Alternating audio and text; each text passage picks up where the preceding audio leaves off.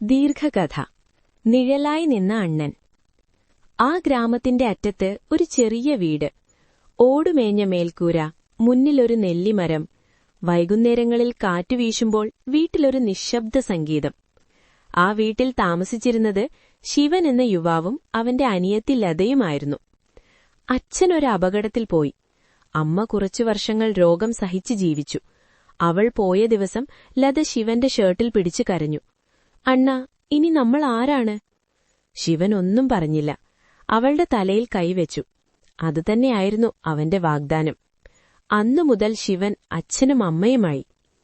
പഠനമുപേക്ഷിച്ച ശിവൻ ഒരു ഫാക്ടറിയിൽ ജോലി തുടങ്ങി. രാവിലെ ലതയെ സ്കൂളിലാക്കും. രാത്രി വീട്ടിലെത്തുമ്പോൾ അവളുടെ പുസ്തകങ്ങൾ പരിശോധിക്കും. ലതയ്ക്ക് പഠനം വലിയ ഇഷ്ടം. ഡോക്ടറാകണമെന്നായിരുന്നു സ്വപ്നം. ഒരിക്കൽ അവൾ ചോദിച്ചു, അണ്ണാ, ഞാൻ വലിയവളായാൽ നിനക്കെന്തു വേണം? ശിവൻ ചിരിച്ചു. നീ സന്തോഷത്തോടെ ജീവിക്കണം, അത് മതി. വർഷങ്ങൾ കടന്നു. ശിവൻ കൂടുതൽ ജോലികൾ ചെയ്തു. സ്വയം ഭക്ഷണം പോലും മറക്കും. പക്ഷേ ലതയുടെ ഫീസ് ഒരിക്കലും താമസിച്ചില്ല. ലത മെഡിക്കൽ എൻട്രൻസ് പാസായി. അവൾ ആ വാർത്ത പറഞ്ഞ ദിവസം ശിവന്റെ കണ്ണുകളിൽ ആദ്യമായി ആശ്വാസം തെളിഞ്ഞു. പക്ഷെ നഗരത്തിലെ പഠനം ചെലവേറിയതായിരുന്നു. ലത പറഞ്ഞു, അണ്ണാ, വേണ്ട, ഞാൻ ഇവിടെ തന്നെ. ശിവൻ അവളുടെ വാക്കുമുടക്കി. നീ പോകണം, എന്റെ സ്വപ്നം അവിടെയാണ്. അവൻ തന്റെ പഴയ ഭൂമി വിറ്റു, കടമെടുത്തു. ലത നഗരത്തിലേക്ക് പോയി. 4 വർഷങ്ങൾ.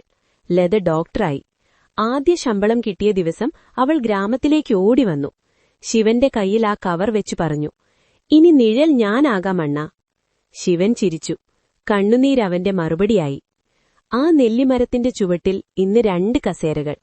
ഒരു കാലത്ത് ശിവൻ നിന്ന നിഴലിൽ ഇന്ന് ലതയും നിന്നു. ചില സഹോദരങ്ങൾ മുന്നിൽ നടക്കില്ല, അവർ പിന്നിൽ നിന്ന് ജീവിതം തള്ളും.